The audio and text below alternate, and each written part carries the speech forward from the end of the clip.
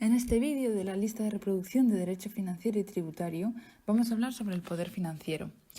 ¿Qué cosas son las que vamos a ver? Pues una breve definición del significado y el contenido del poder financiero, el poder financiero del Estado, de las comunidades autónomas, de las corporaciones locales y finalmente de la Unión Europea. Entonces es importante comenzar con cuál es el significado y el contenido del poder financiero. Pues bien, el poder financiero es una manifestación del poder público que se concreta en la capacidad de ordenar jurídicamente la actividad financiera pública. Esto es la obtención de recursos económicos y la gestión y el gasto de estos.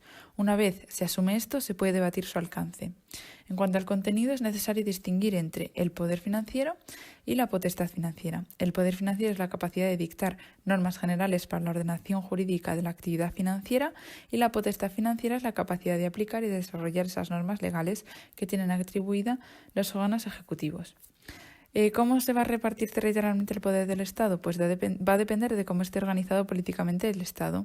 En un Estado políticamente descentralizado, la autonomía política reconocida a los entes subestatales reclama el reparto del poder financiero, y lo contrario supondría negarles de facto dicha autonomía política. Otra cosa será debatir el alcance de ese poder financiero en cada uno. Entonces, en definitiva, es que un Estado descentralizado tiene el poder financiero, el Estado y los entes subestatales. Y otra cosa es que el alcance de cada uno. Si no, se estaría negando la autonomía políticamente a los entes subestatales. Entonces, dicho esto, en el sentido de que el poder y los entes subestatales todos tienen poder financiero. La diferencia está en el alcance que van a tener, pues será distinto el alcance del poder financiero del Estado que el alcance del poder financiero de las comunidades autónomas, de las corporaciones o de la Unión Europea, ¿no? Entonces hay que comenzar hablando del poder financiero del Estado. El fundamento del poder financiero del Estado está en la soberanía. El Estado tiene atribuida en el artículo 149.1 punto 14ava, vemos en la Constitución de la Constitución española que dice que tiene la competencia exclusiva en materia de Hacienda General y deuda del Estado. ¿Esto qué significa? Pues que la expresión Hacienda General, en un precepto dedicado a regular las competencias exclusivas del Estado, permite entender que, a priori, el poder financiero que requiera la obtención de ingresos para la cobertura de los gastos derivados del ejercicio de sus competencias, es decir, se reconoce al Estado el poder financiero que exige la obtención de ingresos para la cobertura de los gastos derivados del desarrollo de sus competencias. Entonces, tenemos que hablar que en materia de gasto público, el artículo 134, apartado segundo de la Constitución, establece que los presupuestos generales del Estado incluirán la totalidad de los gastos e ingresos del sector público estatal, por lo que reconoce implícitamente el pleno poder o capacidad del Estado respecto de la ordenación jurídica de todos sus gastos. Pero este poder en materia de gastos no es ilimitado, sino que cuenta con las limitaciones que derivan de los principios constitucionales que rigen los gastos públicos. El artículo 31, apartado segundo de la Constitución, nos dice que los principios son la eficiencia, economía y equidad. Y el artículo 135 de la Constitución habla sobre el principio de estabilidad presupuestaria, límite de déficit estructural y de volumen de deuda pública. Y también esta normativa habría que tener en cuenta. En materia de ingresos públicos, pues cabe destacar que el artículo 149, apartado primero, atribuye al Estado el poder sobre su deuda pública con límite. ¿Qué límite? El artículo 135, apartado tercero de la Constitución, cuando en su tercer inciso dice el volumen de deuda pública del conjunto de las administraciones públicas en relación con el PIB del Estado no podrá suponer el valor de referencia establecido en el Tratado de Funcionamiento de la Unión Europea. Y además hay otro límite que, no obstante, se podrá superar en los casos de catástrofes naturales, recesión económica o emergencia extraordinaria. Y, por otra parte, hay que tener en cuenta que la atribución constitucional prioritaria al Estado del poder constitutivo, sin perjuicio, lógicamente, del límite, es decir, a los que está sujeto el poder tributario. ¿Cuáles son estos límites? Los principios constitucionales tributarios que vamos a ver en otro vídeo más adelante. ¿Cuál es el poder financiero de las comunidades autónomas? Pues el fundamento del poder financiero de las comunidades autónomas está en la autonomía para la gestión de sus intereses. En materia de gastos públicos, pues las comunidades autónomas ostentan el poder financiero que precisa el desarrollo y ejecución de sus competencias, pero también tienen limitaciones que derivan de los principios constitucionales que rigen los gastos públicos, que serían los mismos que hemos visto para el apartado del Estado, y a mayores el artículo 156, apartado primero de la Constitución, que es el principio constitucional de coordinación con la hacienda estatal y de solidaridad entre todos los españoles. En materia de ingresos públicos, ¿qué ocurre? Pues está regulado en el artículo 157 de la Constitución y nos dice en su primer apartado, tiene una delimitación positiva, una negativa en el apartado segundo y luego una facultad armonizadora en el apartado tercero. Entonces, en el apartado primero nos dice que esta delimitación positiva dice: los recursos de las comunidades autónomas estarán constituidos por impuestos cedidos total o parcialmente por el Estado, recargos sobre impuestos estatales y otras participaciones en los ingresos del Estado. B, sus propios impuestos, tasas y contribuciones especiales. C, transferencia de un fondo de compensación interterritorial y otras asignaciones. D, rendimientos procedentes de su patrimonio e ingresos de derecho privado. Y E, el producto de las operaciones de créditos. En la delimitación negativa, en el apartado segundo, dice: no podrán en ningún caso adoptar medidas tributarias sobre bienes situados fuera de su territorio o que supongan obstáculo para la libre circulación de mercancías o servicios. Y en el apartado tercero encontramos que nos dice que mediante ley orgánica podrá regularse el ejercicio de las competencias financieras enumeradas en el precedente apartado primero, las normas para resolver los conflictos que pudieran surgir y las posibles formas de colaboración financiera entre las comunidades autónomas y el Estado. En cuanto a la financiación de las comunidades autónomas, con la LOFCA y el Estatuto de Autonomía, hay que decir que la actividad financiera de las comunidades autónomas se ejercerá en coordinación con la Hacienda del Estado, de acuerdo con los siguientes principios. El sistema de ingresos de las comunidades autónomas no puede implicar privilegios económicos o sociales, ni suponer la existencia de barreras fiscales en el territorio español. La garantía del equilibrio económico a través de la política económica general que compete al Estado. La garantía de la financiación a un nivel base equivalente de los servicios públicos fundamentales en todas las comunidades autónomas, la corresponsabilidad de las comunidades autónomas y el Estado en materia de ingresos y gastos públicos, la solidaridad entre las distintas nacionalidades y regiones, la suficiencia de recursos para que las comunidades autónomas ejerzan sus competencias y la lealtad institucional en las actuaciones del Estado y de las comunidades autónomas. Para analizar el poder financiero de las comunidades autónomas es necesario distinguir entre las comunidades autónomas de régimen general o común de las de régimen especial. Y esto lo vamos a ver en un vídeo aparte. Entonces, habría que decir que el poder financiero de las comunidades autónomas es lo que hemos mencionado hasta este momento, y a mayores sería interesante ver el siguiente vídeo de esta lista de reproducción que nos habla sobre las comunidades autónomas de régimen general o común y las comunidades autónomas de régimen especial.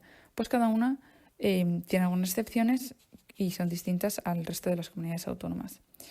Si continuamos, hay que pasar al poder financiero de las corporaciones locales. Y sobre esto hay que decir que el fundamento del poder financiero de las corporaciones locales está en la autonomía para la gestión de sus intereses, que está en el artículo 137 de la Constitución. Nos dice el artículo 142: las haciendas locales deberán disponer de los medios suficientes para el desempeño de las funciones que la ley atribuye a las corporaciones y se nutrirán de tributos propios y de la participación en los del Estado y de las comunidades autónomas. ¿A qué se refiere con suficientes? Pues es un problema endémico de toda la vida, porque siempre ha habido insuficiencia realmente. Cuando habla de esta palabra, pues al final siempre ha habido insuficiencia.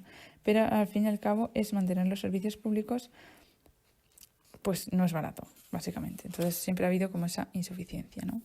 Entonces, en materia de gastos públicos, las corporaciones locales ostentan el poder financiero que precise el desarrollo y ejecución de sus competencias, con las limitaciones que derivan de los principios constitucionales que rigen los gastos públicos, que son de nuevo pues el artículo 31 apartado segundo, la eficiencia, economía y equidad.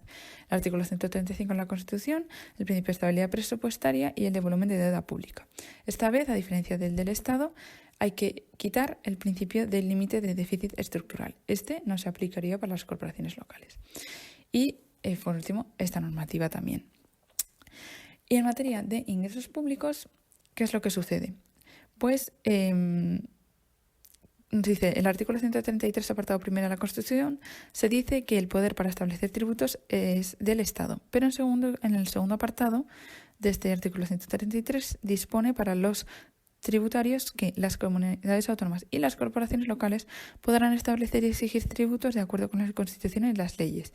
Es decir, que tanto las comunidades autónomas que ya hemos visto como las corporaciones locales, que es lo que estamos viendo en este bloque, pues pueden también establecer tributos. pero tiene una serie de límites. O sea, tanto el Estado como las comunidades autónomas como las corporaciones locales pueden establecer tributos, pero aquí, como estamos hablando de las corporaciones locales, los límites son diferentes a los que ya hemos estado viendo. ¿Cuáles son los límites en este caso?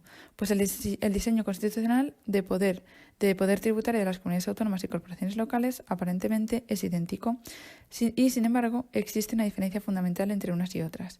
¿Cuál es? Que las comunidades autónomas pueden aprobar normas con rango de ley, pero las corporaciones locales no pueden, porque la Constitución española no se lo permite. Entonces, ¿cómo pueden aprobar tributos y cuál es el alcance de las corporaciones locales? Pues el poder tributario de las comunidades autónomas y las corporaciones tiene distinto alcance. Entonces, las corporaciones locales solo pueden establecer tributos en el sentido de 1. Acordar su puesta en vigor en su territorio y 2. Decidir sobre la regulación parcial de algunos de sus elementos estructurales dentro de los límites fijados por la ley estatal, mediante ordenanzas fiscales, que son normas de rango reglamentario. El poder tributario local, entendido como capacidad de dictar normas en materia de tributos locales, es un poder tributario compartido. Además, las corporaciones locales acordarán por decisión del Pleno de la Corporación la puesta en vigor en su territorio de los tributos regulados por la ley estatal y, en su caso, colaborarán en la regulación de determinados elementos estructurales del tributo dentro de los límites que en dicha norma estatal se fijen mediante ordenanzas fiscales, que son normas de rango reglamentario. Es decir, que las corporaciones locales solo pueden establecer en su territorio aquellos tributos previamente creados y regulados, sus elementos estructurales, en una ley estatal. Entonces, ¿no pueden regular nada? Sí, pero dentro de los límites que hemos mencionado. Además, el texto refundido por la Ley de Haciendas Locales, aprobado por el Real Decreto Legislativo 2/2004, es la norma legal de rango a través de la cual el Estado ha desarrollado el poder financiero de las corporaciones locales, tanto en el ámbito de sus gastos como en el de sus ingresos, sin perjuicio de la regulación foral a la que estén sometidas las haciendas locales de Álava, Vizcaya, Guipúzcoa y Navarra. En el artículo 2 de esta norma enumera los siguientes recursos de haciendas locales: ingresos procedentes de su patrimonio y demás de derecho privado, tributos propios y recargos exigibles sobre los impuestos a las comunidades autónomas, participaciones en los tributos del Estado de las comunidades autónomas, subvenciones, precios públicos, producto de las operaciones de crédito, producto de las multas y sanciones y demás prestaciones de derecho público. Y por último, tenemos el poder financiero de la Unión Europea, que de este hay que decir que el fundamento constitucional del poder financiero de la Unión Europea se encuentra en la cesión de esta organización supraestatal de integración de competencias derivadas de la Constitución. Esto es, que el fundamento de esto se encuentra en que la Constitución cede una parte de las competencias de la soberanía a una entidad supranacional, que es la Unión Europea. La Unión Europea desarrolla su actividad financiera en una doble dimensión: regula la actividad financiera de los Estados miembros y ejerce una actividad financiera propia para satisfacer las necesidades económicas que genera el desenvolvimiento de su actividad y de su organización. En el artículo 311,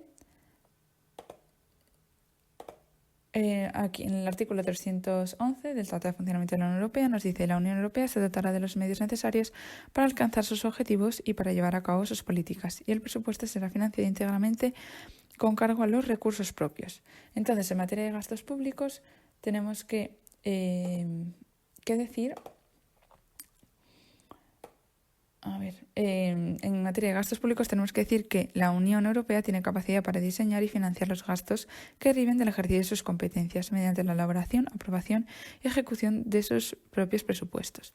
Y en materia de ingresos públicos son 4: los recursos propios tradicionales, que comprenden los derechos de aduana sobre las importaciones que llegan a la Unión Europea, el recurso sobre el IVA, recursos sobre los envases de plástico no reciclados y el recurso sobre la RNB, es decir, que se aplica un tipo uniforme de referencia a la RNB de cada Estado miembro que se